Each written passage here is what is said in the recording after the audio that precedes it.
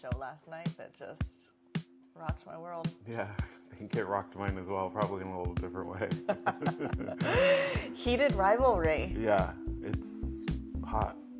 It is a hot show. It's not, okay, it's not what I expected. Although I'm not sure why it wasn't what I expected, but, oh, you know why it wasn't what I expected? Is because I had read that it was the director of Letterkenny, which is this Canadian comedy that is known for just being, well, not sexy.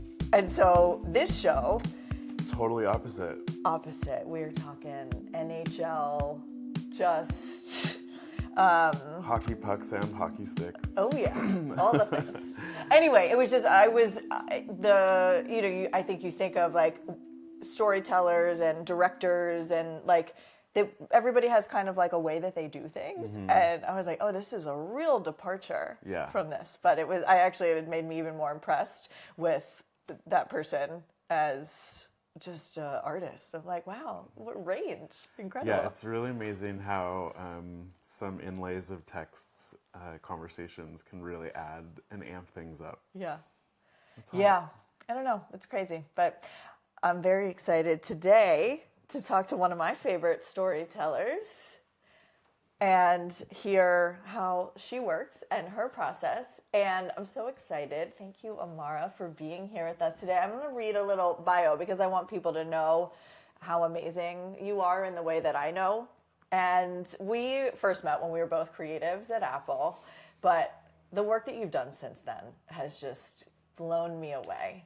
And so without further ado, this is Amara Abbas, and she's a New York City-based filmmaker represented by both Iconoclast and Newland TV. She's collaborated with brands like Dazed, On, Under Armour, Lexus, and artist Skrillex. Amara's work blends the psychological and poetic, and her striking visuals create emotionally charged stories. I mean, your work is some of the most beautiful I have ever seen. Thank you, guys. I'm so happy to be here with you. I kind of hate welcome. being read out loud in front of me. Well, that's I do think that hearing back the work that you've done, it's like, you're like, yeah, I did do all those things. You got those awards. You've been recognized for just your incredible eye, the visual worlds that you create. And it's been incredible for me to watch you as a creative evolve from the early days. The humble beginnings still feels like the humble beginnings. I know. I mean, you're young and you've done so much already. And also it's your beginnings. Amara was at Apple. That was her humble. Yeah, there's not super, beginning. I mean, yes, humble, yes. But I mean, they're impressive humility? No, humbleness. Yeah. Whatever. It's an amazing place to start, but it also, it's as we all know, it's it's a big corporate, it's a machine. Yeah. And to be, you tell, to be a creative and then a female creative on a marketing team for a huge tech company like that, what did that feel like? I mean, you could probably speak to this a lot too, since you are also that. But for me, it was one of the first places that I actually started my career, and it's interesting because when you go there, it's a lot of people who feel like they're there to finish almost their career, so they're there for life basically.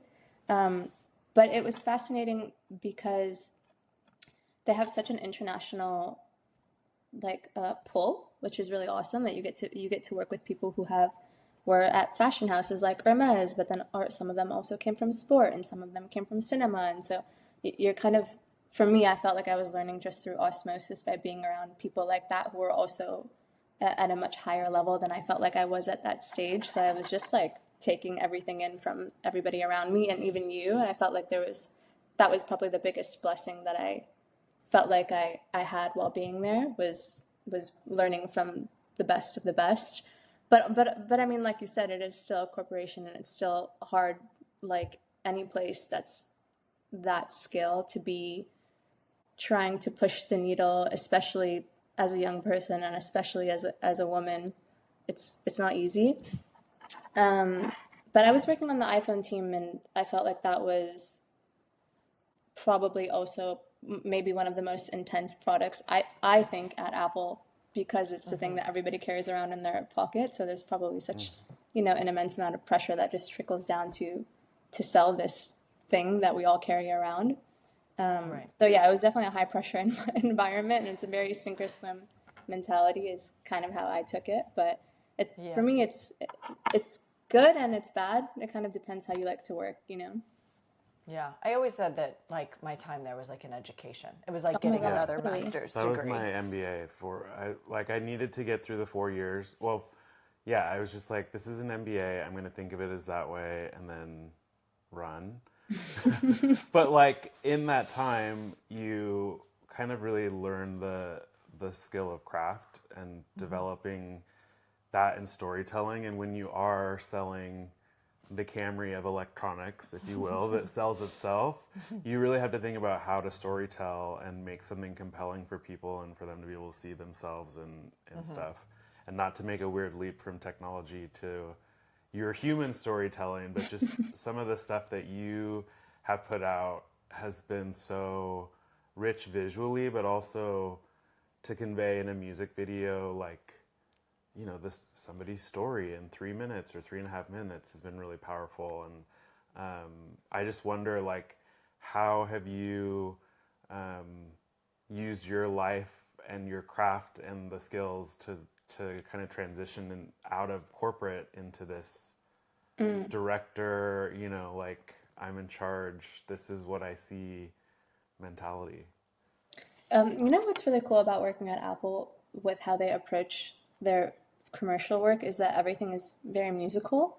So they always like pick a piece of music, and then that's sort of what the idea, like how they would write a script, how they would choose to cut the film, and it kind of informs everything, which is actually really unique. Probably because they're global, and maybe it's that there would be too much like language change to do that everywhere. But because of that, I think it helped me go from commercial to music video through thinking of like rhythm and pacing and kind of and because they're such a big tech company, I've always felt that they were really good about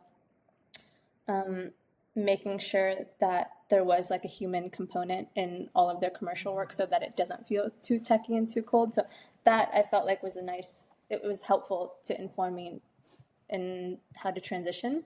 But I also studied psychology. I don't know, maybe there's there's like something in the back of my head that is like, that becomes really helpful for me, or quite like intuitive. But I don't even know. I think the Skrillex music video was one that was really special, partly because I think there was like an image in my head already I didn't hear the music, I didn't hear anything. I just had like an idea of like this idea of resistance or revolution, and there was like a cityscape kind of in my head. I didn't really know what it meant, but once I like heard the piece of music for the first time, it felt like everything kind of came into play. It wasn't like I imagined the whole world at once, but you kind of get a little bit of texture, feeling, like emotion, and then for me it's like it kind of like funnels. I don't have like every single piece of detail figured out from the beginning. I have like this big canvas, and then I start to look at more pictures, and you do more and more image research, and you do, you figure out what emotion you're after. And then when I listen to music, that's really it informs how I come to this idea of feeling or what emotion I'm after based on what I hear. I'm really sensitive to sound and music, so I think that probably has a lot to do with it. And then it's like casting, like that's the soul of everything, I think, and also the hardest thing. That's like 90% of the job, I feel. Is getting the right people to bring that to life. Oh my God, totally.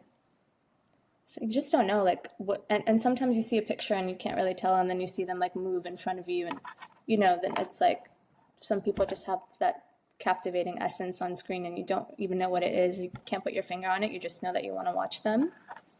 Yeah. Did you go in, like, I'm just curious more about that collaboration with him and with an artist where it's like, this is his music. And like, did he come to the table with his own canvas? Like, were you like, what was that collaboration like? Were you, which way does it go? Where does it start? Yeah, I got really lucky with this because I had mentioned to Iconoclast that I had this idea for a music video, but I didn't know, I don't have the piece of music. So I just explained like the tone of what I wanted. I wanted something that was international, but maybe a little bit electronic, had some kind of intensity, but still felt maybe like, you know, like a specific region that could be like a Muslim diaspora region. So that's pretty much all I had told them. And then like it's just like fate happened, and then he reached out to them to see if there were any directors that would be interested in this specific track. And so then they sent it to me, and I was like, we have to talk to him. And he was really quite open. He basically said he just didn't want to do like another MIA Bad Girls music video, because something like that already exists. So I was like, I don't think this is that actually. But other than that, he was very like free. He just wanted to kind of see what we would bring to the table, what our general kind of like idea was. And from there, he was like very respectful of just letting an artist kind of do their thing, which was amazing, because there was like never really that level of freedom I think that I've had in collaboration before. Yeah. Did you find that, did it feel like freedom, or was there pressure that went along with it, where it's like when somebody gives you all this runway and you're like, oh, I guess I have to use all the runway? Yeah. Yeah. You know what? It's weird because like I had this EP that I worked with on this project, and I think that was like the first project where I felt like really developed. And because it was such a big project with scale, they were like very much like keep thinking bigger and bigger and bigger and bigger. So once I started to see the locations and the people and like kind of thinking of scale, like how can I make this even bigger than the little seed that I had originally like imagined, that was, it was really, it gave me more confidence, I think. And also you become less afraid to go there and until someone tells you that you can't. And that's good, you know, in a way. But yeah, of course there's pressure. Like there's pressure because it's someone else's money always. But at the end of the day, it's like, it's a good pressure because it's not like you have to answer to a client. It's more just like, can you make the best thing you can possibly make? And that's really what the pressure comes down to, which is not a bad thing at all. I think you would have that with anything really, you know? Yeah. Yeah. And I think, you know, it's interesting comparing music video to like commercial work or like, you know, art direction, or like where there is really like somebody is kind of telling you what their brand is. Mm-hmm. They have like a specific message for that moment. And it's like that tension of like, well, you want to make something that's like as good as it can be. But then when you've got clients, it's like, well, it's also only as good as they'll let it be. Yeah. Where it feels like with something like a music video and you really have a great collaborator who's like, do you like go big, like what, that's amazing. But how do you hold on to like the vision when you also have the client? Oh, when it comes to commercial work then? Yeah, that is, right? Yeah, that's like a never ending battle, I think. Like, I think the thing is a lot of the clients in the beginning, everyone mostly really wants to make good work. And then somewhere along the way, it's like the same pressure that we're talking about, but maybe on the other side in the corporate kind of funnel, it becomes like something that's trickled down. So you feel their pressure. And so a lot of the decision making, I think, on that side can come from a place that's not really about the creative. It's more about like, you know, answering something or someone inside that you don't really have visibility to. But I don't know. I have to like, before I would get quite emotional about it, like, let me do what I want. There's only one way that this can be. And I still try to always push and say what I think is the best. And I don't know that I could stop doing that or stop getting frustrated or stop speaking my mind to what I think we should actually do. But I feel less like that this is 100% me. And I know it's more about like, okay, this is what my touch could be given my parameters, you know, with this idea, or, you know, the guidelines in which I'm allowed to tell this idea. Like I will try to push and break out of it, but I kind of like have understood where I can't all the way, you know? But I mean, a lot of times you get lucky and you do win certain battles, and that's like the best feeling in the world, you know? But sometimes you also have to like, it's funny because being at Apple, I think, and now doing this, in a way, you kind of feel like, yes, you're directing it, but also end up feeling like you're taking on a little bit of a creative direction role where you're like, this is what I can advise you, what I think is the best creatively if you want to do it, you know? Did you always want to be a storyteller? Like, what was your, you know, I wanted to be an orthodontist. I thought I did until I failed my first. Wait, how old? You wanted to be an orthodontist until what? I mean, going into school, I was on that track, and then I failed my first semester with like a 1.9 GPA. Nice. I was like, maybe this And is you were it. like, thank goodness. Yeah, but I also didn't have expectations from like my mom that you have to be a doctor. It was just you have to go to school, and then through that experience, and I think just living life, I've come to figure things out now. But I'm curious, like, you're such a storyteller, and that's such a like specific POV and track, and I just wonder, like, is that something you always wanted? Did you stumble here? Were you supposed to be, you know, a doctor or something like that? How did you end up behind the camera?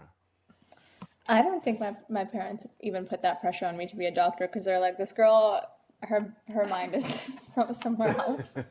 But there was definitely like there was a lot of like artistic interests growing up, but I didn't really know where to put it. Like I really loved to write.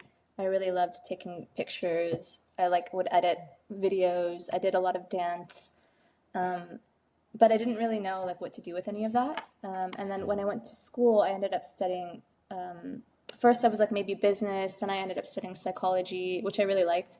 And then I thought maybe there's like a world in which I could do clinical psychology. But it just was like kind of, I don't know. I was like, I'm already quite emotional and sensitive. Like, I don't know if I can take all of this home with me. That feels like, it just didn't feel like quite 100% right, even though I love that world.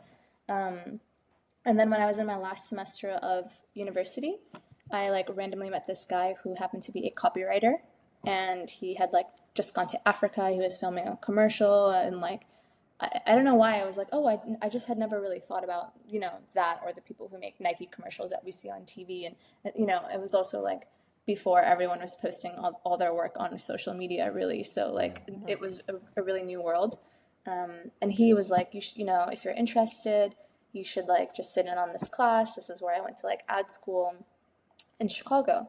So I did like I just like observed an art direction class and a copywriter class, and I was like, okay, I'm definitely an art director. If I had to pick either one of these, that feels like so much more intuitive. So then I did that for like a year, and then I did like an internship like right after school where I was like designing like Kellogg's cereal boxes, right? And then I was like, why am I doing this? This doesn't feel like exactly what I wanted to do.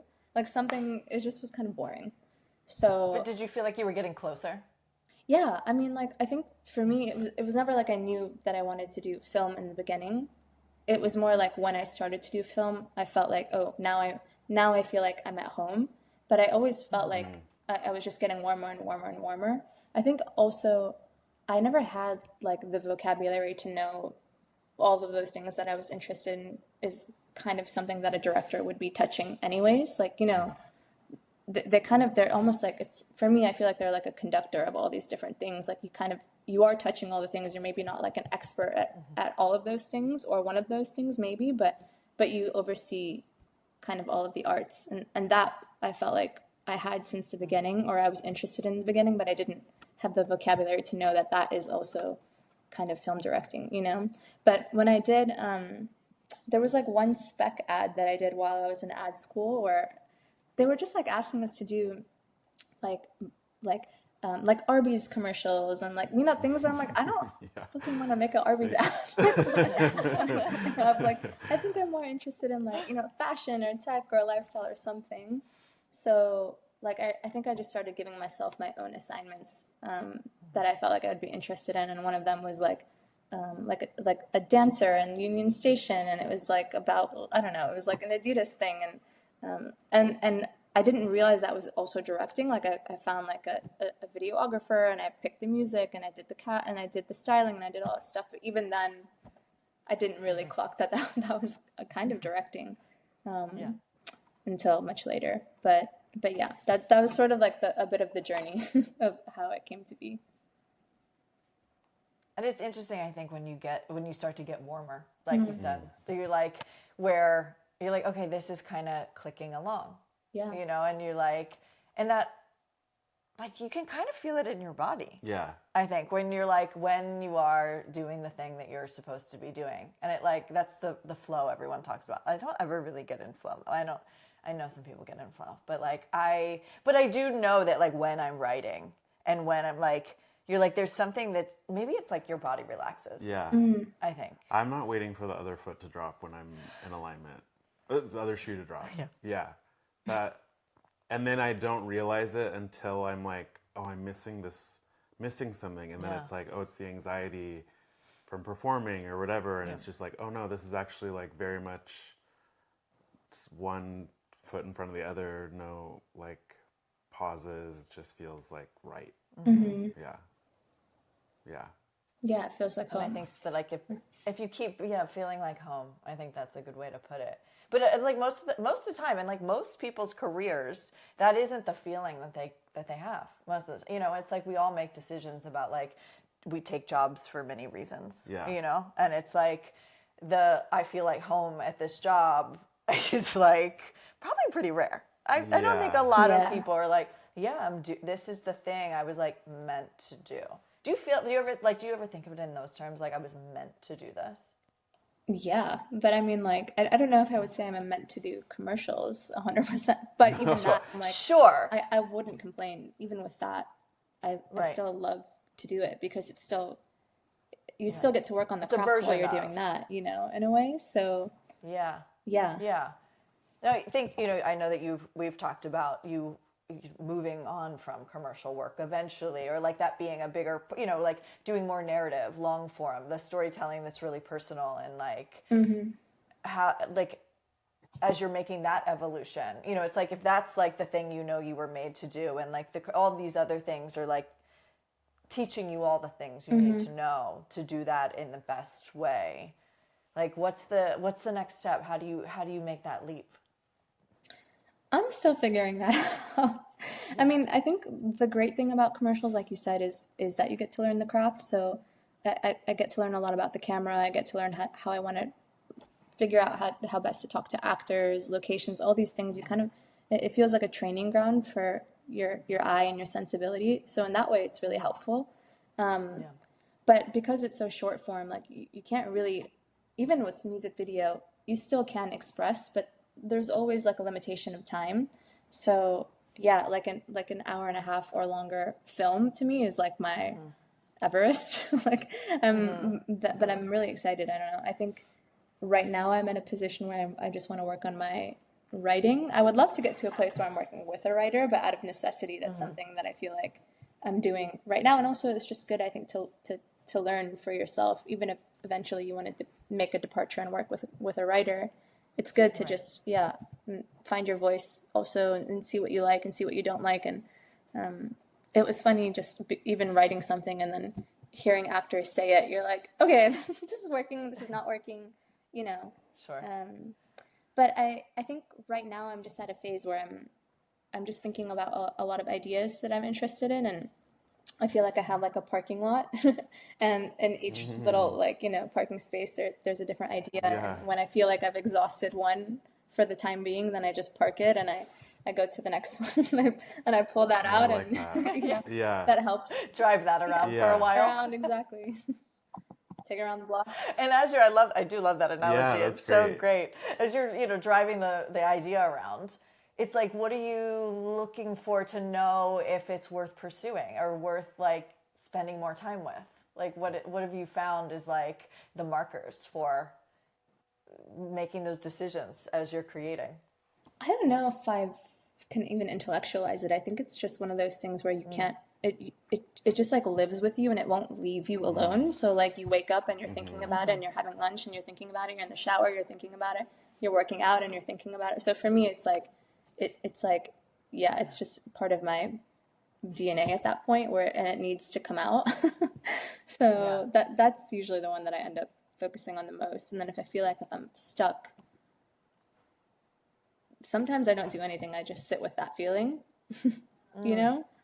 Which is so uncomfortable sometimes. Mm-hmm. And like, what do you find is the process of sitting, and then what's on the other side of sitting with that discomfort when it's like not, you know, fully baked or whatever? Yeah. I just like, you know, it's funny also with like doing commercials and stuff because when I'm outside of the commercials, that's when I can think about the things that I would really love to do, like some of these ideas. And then sometimes if I can't get through and I leave it alone and then I go do something else that is completely unrelated to anything at all, like a commercial, that gives me a little bit of like freedom where you're not overthinking anything. And when you come back to it, it's almost like you just, it's clear. It's more, it's, yeah, it's a little bit more clear. Like you've just had space from it and you can reapproach it with fresh eyes. And then you're like, oh, what about that thing? Okay, well, that solves everything that I felt like I was stuck with for the last 3 months, but that at least helps me get to the next step. Right. So yeah, I really think just stepping away from it for a while helps me. Or if I don't have another project, then I sit with the uncomfort, then I just like literally just sit in front of my computer and just wait. or Yeah, or I just go for wait. a walk. Or How long do you wait I though? try to ask, Like go to truly, the museum. how long will you wait? I don't know. I Will mean, you wrote a you? book, so I feel like you know this Oh, feeling. that's not.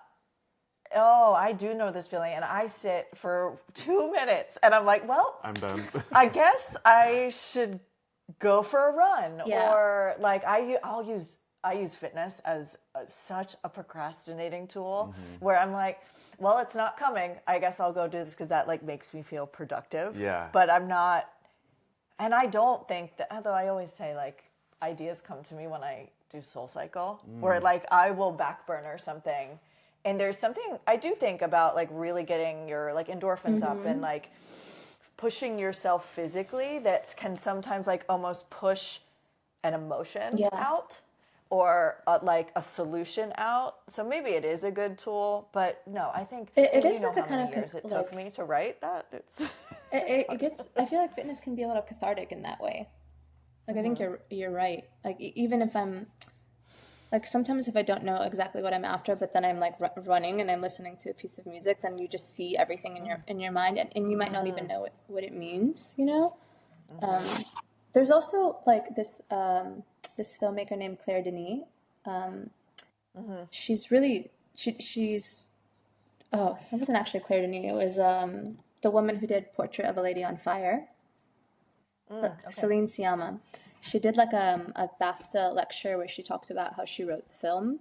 And something that she said that I feel like always helps me is she just makes a list. And the list is, her film is all about desire, which is also why this makes sense. But she made like a desired list and like a needed list for her script. And the desired list is like the reason that you have to make the film, and you don't even know exactly what it means. You just know that it needs to be in there, and that could be a piece of music or like an image or you know like something sensorial, like something tactile, a piece of dialogue, whatever. And like you don't even know how those things connect. You just know that all of those elements are like the DNA of the film. And then the needed list is like, okay, like some of these things have to happen to like make the plot move along. But eventually, like how she merges the list is like when she does her like finishing drafts and there's like things that she put in the needed list that she doesn't really desire, then she just ends up taking them out so that everything at the end should just be on that side of the list, which I thought was really interesting. How, for both of you as like true creatives, how do you balance like that thing that comes and ends up on the desired list that you can't even explain with protecting your vision and then having somebody finance it, or you have a client, or, you know, like how do you balance or protect your space in that environment? Because you're putting something out there that is coming from you to be judged and picked apart and da-da-da, but then you know that as it came to you, it was like the most pure thing. And yes, some people like have ideas that help and everything, but what is that? I don't know, what are the mental hoops you're going through when you're like, oh my God, my baby is being judged and picked apart. But then also you're like, but no, this child is going to grow up and be I mean, I think it's like what you said earlier, Amara, with like, you take it less personally when it's like a client. You like, I feel like I have two separate parts of my brain where I've got like the work that I do that is mine, where like my personal writing, like that is so much more precious to me and so much scarier for anyone to read. Like that is where I'm like, any rejection around my book feels like a rejection of self. Yeah. Client work, many years ago, I'm like, you don't like it? That's fine. Yeah. Because it didn't come from my soul. You know, it's like I have a real church and state with Okay. my personal work and my like work that makes money. Yeah. Maybe one day that personal work will also make me a lot of money, and then I'm going to have to figure out a new solution. Yeah. You know, Yeah. but like right now, it's like I just have separate parts of my brain for that. Yeah. Do you as well? Is it that extreme for I you? I wish it was that extreme. I don't feel like I can separate 100%. Like, I think that's something that I'm actively working on, but I feel like it's just a bit of, like the way that I think about it with commercial, with anything that I touch, what I try to do is like, okay, think about like my few master shots that I need in the film. That is like, for me, I would say I'm more visual. So it's like, what is the thing that I need to be in the film? Like visually, what's the image? What's the most elegant image that I can put on the screen? That when people think of this film, those are the ones that come to mind, you know? Like, and that's for commercial, and that's for film, that's for music video, it's literally for anything I touch. And how can I protect that? And then the rest, I feel like, if it's like small like losses here and there, fine. But if I can make sure that I'm protecting those things and the cast, then I feel like I'm mostly happy.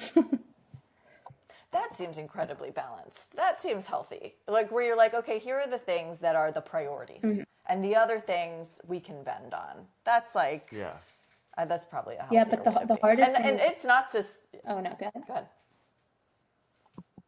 No, you. I was just gonna say that the hard part is when there's like death by 1,000 paper cuts, and so then they're like this and this and so by then it like eventually it can affect the things that you're trying to protect. So that's where you have to kind of like figure out where you really need to push, you know? Right. And what do you do? You call time was 7 a.m.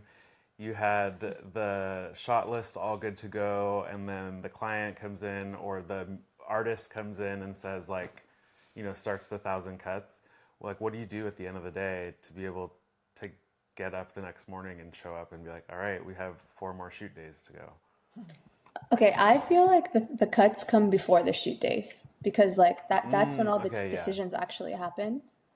Sure. Where they're like, I don't like this location, or maybe they don't like somebody that you selected for the cast, or basically like the fabric. Because by the time you're shooting, mostly you're just, it's pretty much just go. Yeah, it's like go time, and they can only interrupt it so much. And at the end of the day, it's like, well, we don't have time or money, so you gotta just let me shoot this thing.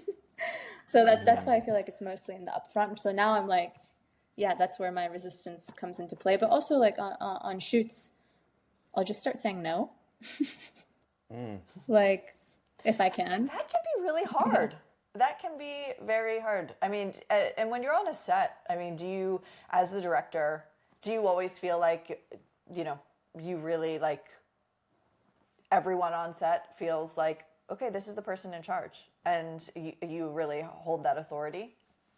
Listen, when you look like a young woman, it's always going to be a little bit harder. Like there has been moments where I have done like casting sessions, and as soon as a person walks in the room, they'll go say hi to the producer that's a male because they think that's the director.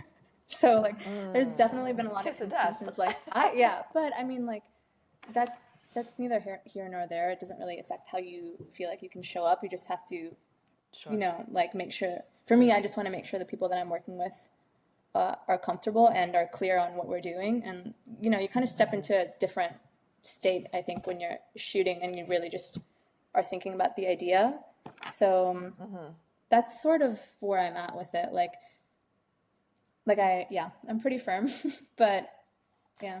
And I think that's amazing. The reason I'm asking is because I think that like as women, and I think especially when you are earlier in your career, and it's like you're so used to being like underestimated and people talking to the people around you instead of you, even though it's your project. And like I was on a shoot once and we were doing reshoots because like the tech wasn't working the first time. It was like, you know, as this happens when you're working with prototypes, you're shooting a new iPhone that like the iOS is in beta. And we were reshooting some like early like AR stuff, and there was this director who came in, looked at me and my partner and said to me, so you're the one who messed up the last shoot and that's why we're all here today?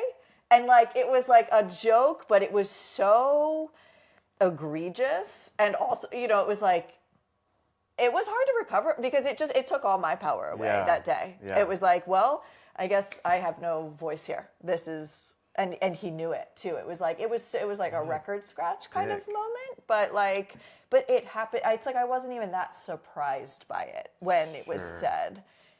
But it's like you have these moments like throughout your career, and you don't want it to be like you can't then step on to every job and expect people to treat you that way. But at the same time, it's like you're sometimes prepared for it. Yeah, it's like the world and so for you to it's like the world reminds you of your identity. It's not like you go into the world thinking about all these things. It's that these external forces remind you of those things, and then you know you kind of have to re-navigate. But I'm really working towards not. I would love to get to a place where gender is not really a factor for me. Like I just want to be a filmmaker that's just perceived as a good filmmaker, and not like a good female filmmaker or a good, you know, Pakistani American filmmaker. Like I would just love to be a good filmmaker, you know? Yeah.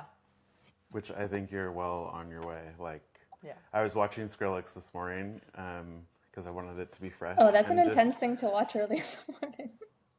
Yeah, well, I was also sleepy this morning, so it helped. It got me in the space. But I just, in watching your reel, have been really moved by your use of color and obviously casting, and that reflects your background and your lived experience, I would assume, as far as the people that you're having fill those roles. But it just like, I don't know, like I think it's really beautiful to be able to protect that vision and show up in a room where you're looked at as like the person that's making these decisions, and you're just like, you're right, you're just like, I'm going to say no because this is what I want this to be. And I think a lot of people don't have that confidence right? And also the privilege to, you know, hold that kind of space. But then with it being a privilege, it is also, like you're saying, it's challenging because then somebody's putting a gender role on you, or somebody's assuming that you're not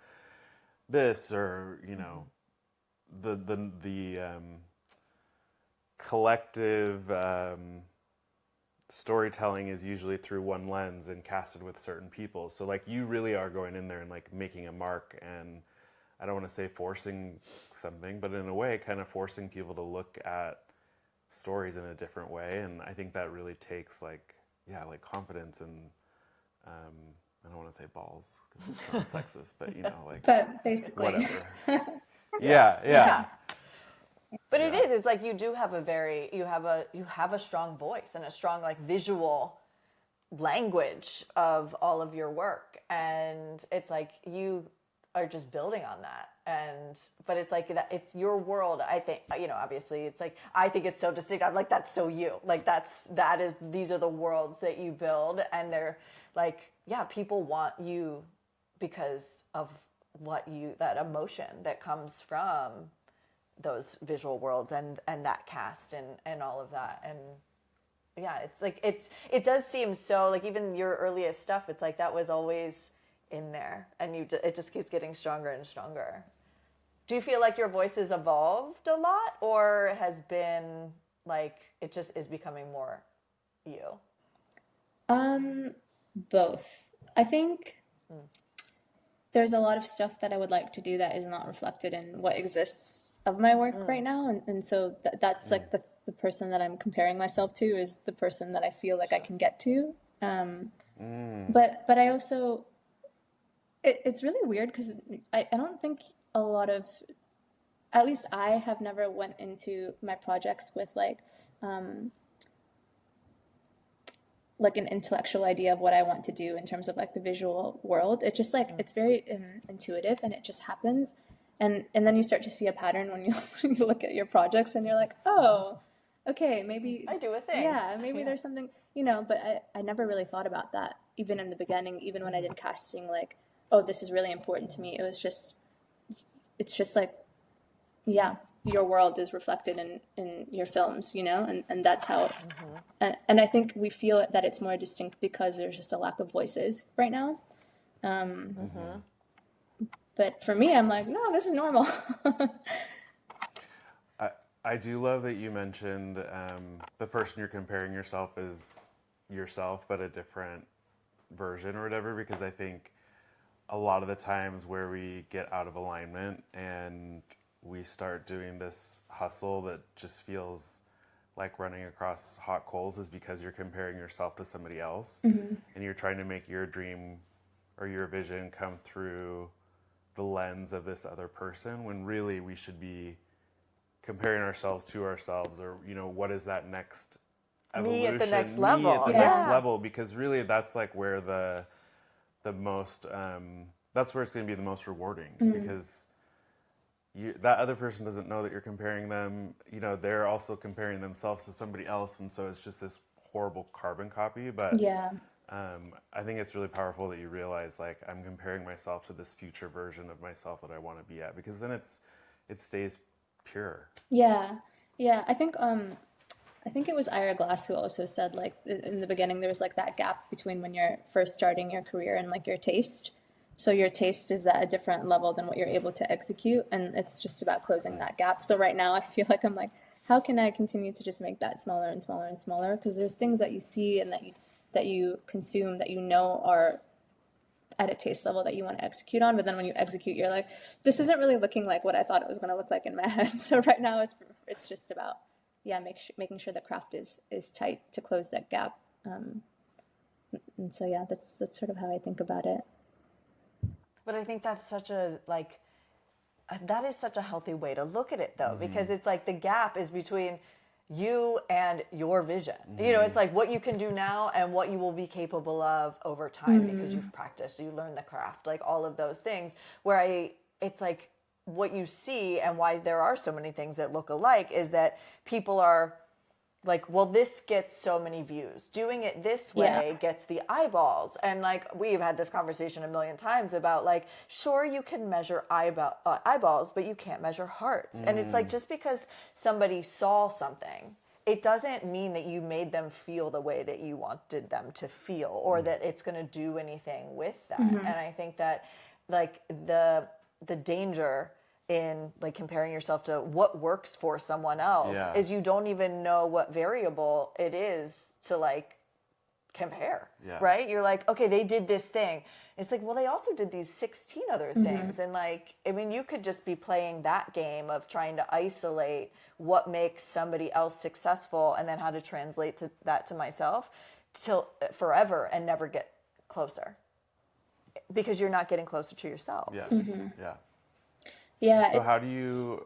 Oh, sorry. Go ahead. No, I was just going to say the time that we live in is also just really confusing because everything is just digital, and so even if you don't want to see things, it's just like it's kind of like shouting at you.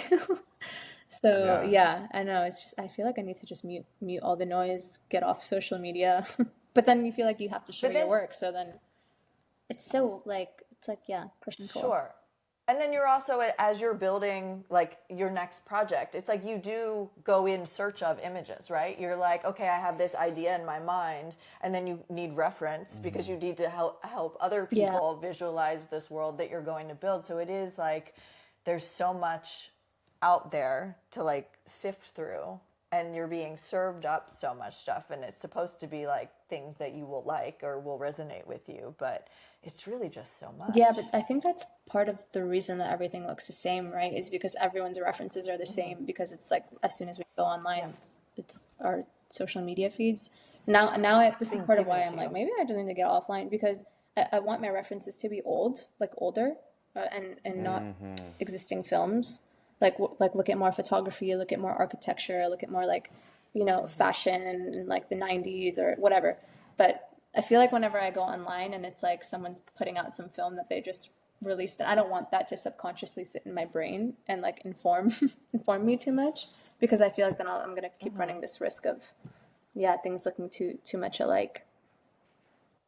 Yeah, and that's interesting too, because it's like it wasn't so many years ago that like that is how everyone had to go get references, right?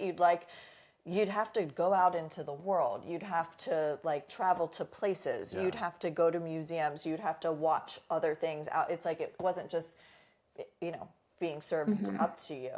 It's like it hasn't actually been that long where everything was just served up to you, which you're right. It's like everything kind of looks the same because we're all being served the same stuff. Yeah, and probably just some stuff is just cheaper too. Like there's like so many people who are there. I think like the amount of creative people and directors and like now there's just like it feels a lot more competitive, and I think because of that and I'm just thinking of how things are made and the cost of things. Like film is really expensive, it's expensive to shoot. So yeah, I'm sure part of that is informed by how much people can spend on what they're shooting, and that informs certain decisions as well. What would be a like a dream collaboration for you? Oh, like music? What I mean, anything, yeah. Right now, I would say An actor. actor too. Oh, No, actor, music, like what? Yeah, what would be? Yeah. I feel like right now I've really been listening to a lot of Rosalia and a lot of Fred Again's album. So I would love to do a music video for one of them in the near future, I hope. But I have like so many people I think that are like incredible actors that I would love to work with. My actual dream, I think, I would love to see other directors direct. I think that's like that would be the coolest thing ever. Like I would love to see like how Denis Villeneuve operates a big set or something like that. I would like to just like shadow. That would be really fun. That doesn't seem like that would be too hard to make happen, does it? I don't feel like a lot of directors get to see directors direct. Like I don't know. Is it because no one asks? I think it's access probably, which I don't have access to these kinds of people. I think you can probably do on a smaller scale. And yeah, I mean, hopefully that happens at some point. That would be really fun. Well, you just said it, so you Put it in the ether. into the Put it out universe. there. So yeah, Put it in manifesting the it. ether. Yeah, yeah. I'm sure you've told Iconoclast, right? Maybe I need to tell them. Yeah, I think you do. It is, and you know what? I think this is the thing so often where you're like, yeah, like my greatest dream in the world is X, and I've told no one. Yeah. And all you have to do is like actually say it out loud, and it does get people's wheels turning, because it's like, one, I think everybody always wants to help, like without even realizing it. It's like you like plant a seed, and somebody's like, oh, I could probably get her in touch with so-and-so. Like, I don't know, if anybody is listening and wants to get Amara on a set. Yeah, there's like so many I questions want to meet to ask. Oprah. I'm putting it Right, out we're there. just putting it out there. Who else do we want to meet while we're... Yeah. It is actually funny. So often you actually don't get to, and especially as a creative person, so much of what you do is kind of solo. Totally. And we don't get to watch the way that other people create, because you don't get to, like, I mean, my worst nightmare is for someone to like even be around when I'm writing. But we're all so interested in how things get made. I mean, I am always reading, like, if there is ever anything that contains like how this writer got through this book. It's like, I want to know their whole journey. Like, we all know like how much so and so drank while they were completing this. But it's like you don't really get to ever watch it happen. They probably don't want. Well, like you said, they probably don't want you to see what they're doing to get the thing. Well, it is kind of like so personal. But I mean, but as a director though, there are so many people watching you do your Oh my work. God, yeah. Like there are so many people on. I mean, like, and they literally have nothing to do but watch you do your thing while you're shooting. How does that feel? Yeah. How do you maintain the the bossness of that? Well, you kind of have to pretend that they're not there. Like, I think, well, there was like an instance where at first I remember I was shooting something that was a pretty big set, and I wasn't used to it at that point. I'd only worked on smaller sets. So you're kind of nervous when you show up and you're like, oh, wow, there's like all these people, there's all this crew, and everyone is like, yeah, everyone's watching you. But then after like 5 seconds, you're like, nothing will happen unless I say what needs to be done. So I need to get myself out of this feeling because it literally depends on you, you know? So yeah, then and Yeah. you kind of just snap out of it. Like now when I'm shooting, I really try to think about what's in front of me, and sometimes I really need to be alone, like just with my thoughts to make sure, even though there's so many people around me, am I getting the thing that I wanted for my edit? I just have to make sure that I have that, and then I just tune everything else out. And that's it, really. You don't have a choice. And that sounds, you're just like making it sound very easy. You're like, just block out everything. Yeah, just tunnel Imagine vision. what it is that I'm trying to bring to life and hope that I'm getting it. That's so many things to hold in your Oh brain my at God, once. yeah, it's a lot. That's why sometimes you just can't be talking. Like sometimes people, between takes, people just want to chit chat. I can't. Like maybe for a little bit, and then I need to go away to be in conversation with myself, and to make sure I'm getting every single shot that I want. And if I have 30 seconds of extra shooting time, what am I going to shoot? So that I never want that camera to be just idle. Like it needs to be documenting something, you know? Yeah, yeah. Plus, it's expensive to have No, that camera. like we gotta Right. make sure we're using it. Yeah, yeah. Well, what do you do at the end of a shoot day to kind of reset yourself and just make sure you're ready to go for the next day and continuing that vision? Um, let's see, what did I do on my last one? I just have to come home, be in silence, to be in silence, take a shower, just decompress, like literally just lie on my bed, like just like a log. And then I usually have to talk to somebody who is like my grounding person. And they just kind of, yeah, they pull you out of like the bubble that you're in momentarily. And I think it's good to like kind of get your head out of it for a moment. And then I just try to sleep. Really, that's it. And make sure that there's no jitters for the next day. And then the next morning, I like to be up early and like go through everything that I wanted to go through in the day. I feel way more fresh in the morning always. So it doesn't matter what the call time is. Like I need at least like an hour before to just get in my zone and look at my shots, add anything that I need to add, and yeah, then do it again the next day. The first day, there's always like the most jitters before the first shoot day, and then you kind of get into a little bit more of like a flow state. But I think about people who do features who have to do this for like 30 days. It's kind of mad. But it sounds Yeah, exciting too, it's doesn't it? it is so exciting. It's exhausting, exciting, but it's like the best feeling in the world. I mean, craft services would have to be really good to get you through 30 days of shooting, I know. which it usually is, but yeah, that's a few extra pounds. Um, yeah. I'm so happy to talk to you. I just, every time you and I chat, it is always like, this is someone who is just like doing exactly what you're supposed to be doing. That's what I've always sensed about you. You know, like remember when we were talking about like, should you make this leap into directing? And and it's so easy to see what someone else should do. You know, Sure. it's so easy to be like, absolutely, you were at a moment, like it's time to expand. And you knew it was time. And it's just like so beautiful to see the ways in which you've done that. And it's like, I always knew that you would do amazing, beautiful, great things, but it's like you've so far exceeded, Oh and my God, stop. it's a privilege to watch. You know, when you watch a friend just like do their thing, and you seem at home in what you do, Oh, thank you. and it inspires me all the time. That's how I feel about you. I mean, she was my sounding board when I was ready to make the leap. It's scary to go on the outside and and see what else is out there, but it's also like one of those things where if you don't do it, it will haunt you, you know? Yeah. Yeah. Yeah, Yeah. yeah. Well, thank you so much. I've enjoyed like getting to know you and watching your work, and I'm excited to see what's next, and I can't wait to see, your first feature film. Lex and I will be there with Belmont. Oh, yeah. Hopefully that happens soon. Thank you guys for having me. It was such a treat. Thank you Of for course, spending thank the you. Of time. course. Yeah, we'll talk to you soon. Bye. We'll stay in touch.